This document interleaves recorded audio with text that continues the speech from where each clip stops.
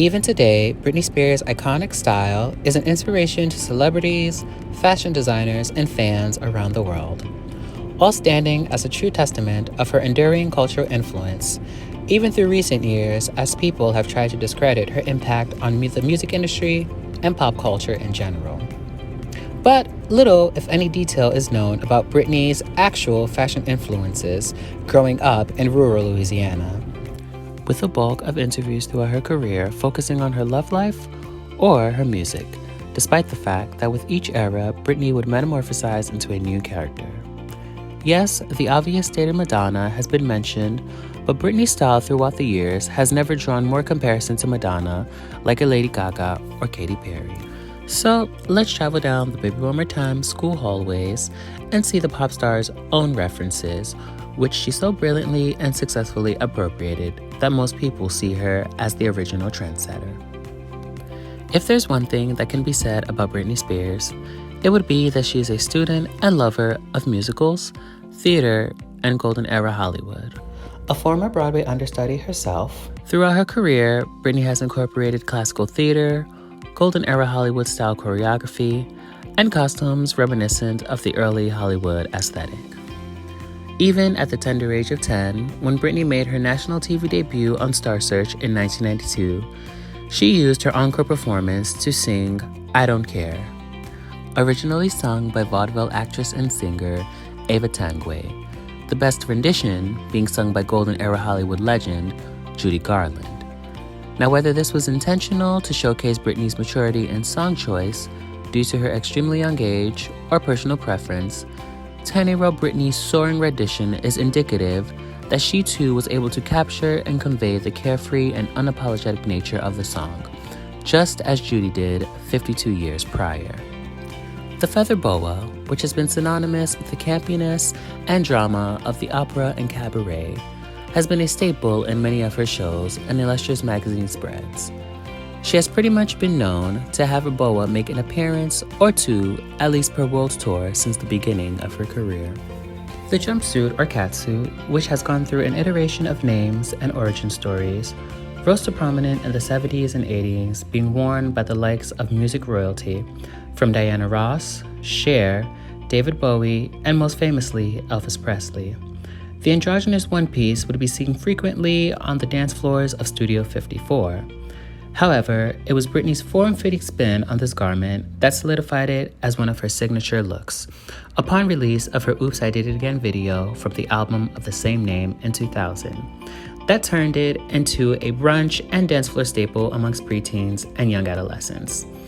Elizabeth Hurley's 60s mod-inspired aesthetic from 1997's Austin Power served as the catalyst for this iconic look, merging generational fashions that will be remembered in pop history throughout her career. Britney has donned colorful jumpsuits, embellished castsuits, and form-fitting onesies galore, inspiring her contemporaries and the new generation of pop girls to incorporate it into their live performances and music videos.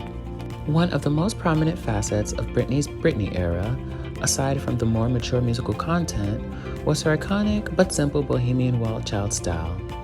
Throughout the era and onward, Britney would frequently rock bold, colorful bell sleeves, distressed cowbell denim pants, fuse lace with mink coats, and tease her hair in a manner reminiscent of Dolly Parton. But what's more noticeable is its similarities to the late Janis Joplin. Though born almost a decade after her untimely passing, Britney's clear adoration for the psychedelic rock icon is present in her style during the early aughts. The combo of flowing bell sleeves, which gave her a type of mystical aesthetic, oversized belts, wide-legged pants, and of course, body glitter, always made for a show-stopping appearance or performance. It could also be said this would later lend its hand to Britney pioneering the bustier top and denim pants combo. It can be further said that Britney drew inspiration from two other 60s rock contemporaries, Jimi Hendrix and Jim Morrison.